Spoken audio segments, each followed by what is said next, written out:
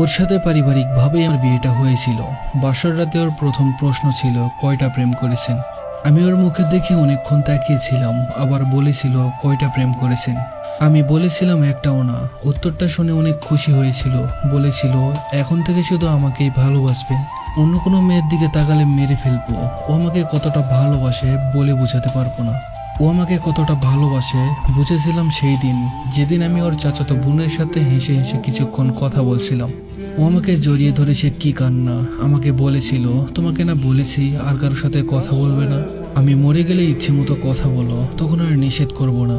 তার কান্না দেখে আমি নিজেও কেঁদেছিলাম। ও আমাকে বলেছিল আমি নাকি বাবা হব। কথাটা শুনে যে কি খুশি হয়েছিলাম বোঝাতে পারবো না। ওকে কোলে করে সারা বাড়ি ঘুরিয়েছিলাম। ও আমাকে বলতো রান্না করার সময় ওকে পিছন থেকে জড়িয়ে না ধরলে নাকি ওর রান্না করতে ইচ্ছে করে না।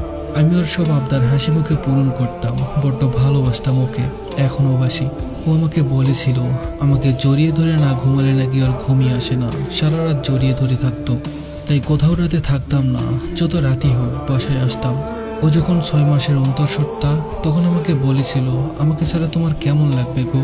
আমি ওর কথার উত্তর দিতে পারিনি, শুধু কেঁদেছিলাম। ও আমাকে প্রায় বলতো আমার যদি কিছু হয়ে যায় তুমি আবার আরেকটা বিয়ে করবে না তো?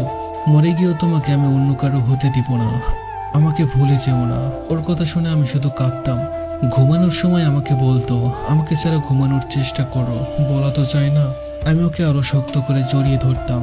একদিন ওর ব্যথা উঠলো, সাথে সাথে ওকে হাসপাতালে নিয়ে গেলাম। ও আমাকে বলেছিল আমার যদি কিছু হয়ে যায় প্লিজ আমাকে ভুলে যেও না, বড্ড ভালোবাসি তোমাকে। কথাটা শুনে কান্না ধরে রাখতে পারিনি। ওকে বলেছিলাম কিছু হবে না তোমার, আমি তো আছি, কিছু হতে দিব না। ও আমাকে বলেছিল শেষবারের মতো একবার বুকে নিবে। কথাটা বলে হাউমাউ করে কেঁদে দিয়েছিল। আমি কান্না ধরে রাখতে পারিনি সেদিন। ও আমাকে ছেড়ে দিতে চাচ্ছিল না, জড়িয়ে ধরে কাঁদছিল। আমিও কাঁদছিলাম, সবাই হা করে তাকিয়েছিল। নিয়েছিলাম ওকে বুকে, কিন্তু এটাই যে শেষবার বুঝতে পারিনি। বুঝতে পারলে কখনোই ছেড়ে দিতাম না। ও আমাকে বলেছিল আমার সাথে তুমিও চলো, আমার খুব ভয় করছে। ডাক্তারকে কতবার বলেছিলাম আমি ওর পাশে থাকবো, কিন্তু আমাকে যেতে দিল না। অপারেশন থিয়েটার থেকে একটা বাচ্চার কান্নার আওয়াজ শুনলাম। বাচ্চাকে পেলাম, কিন্তু ওকে আর পেলাম না। পাগলের মতো ওর কাছে গেলাম, দেখলাম সাদা কাপড় দিয়ে ওকে ঢেকে রেখেছে। কাপড়টা সরাতেই অজ্ঞান হয়ে গিয়েছিলাম।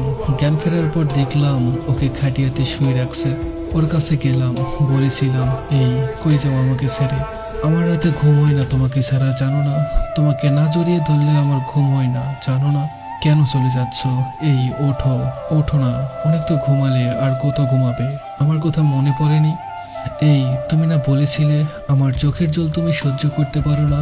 এই দেখো আমি কাঁদছি, এই ওঠো, আরে ওঠো না। ও শুনলই না আমার কথা, ঘুমিয়েই থাকলো। ওকে যখন নিয়ে যাচ্ছিল আমি পাগলের মতো আচরণ করছিলাম, তবুও উঠলো না, চলে গেল। ও আমাকে বলতো যেদিন হারিয়ে যাব সেদিন বুঝবে কতটা ভালোবাসি তোমাকে। অবশেষে চলেই গেল, হারিয়ে গেল। 10 বছর ধরে তার স্মৃতি বুকে নিয়ে বেঁচে আছি। ছোট্ট মেয়ে বুঝতে শিখেছে, আমাকে বলে আব্বু আম্মুর জন্য আর কেঁদো না, তোমাকে আর কাঁদতে দিব না। এই বলে চোখের পানি মুছে দেয়। আমার চোখ জল ভরিয়ে ওঠে, আবার মুছে দেয়। ওর সাথে পারিবারিকভাবেই আমার বিয়েটা হয়েছিল। বাসর রাতে ওর প্রথম প্রশ্ন ছিল কয়টা প্রেম করেছেন। আমি ওর মুখে দেখে অনেক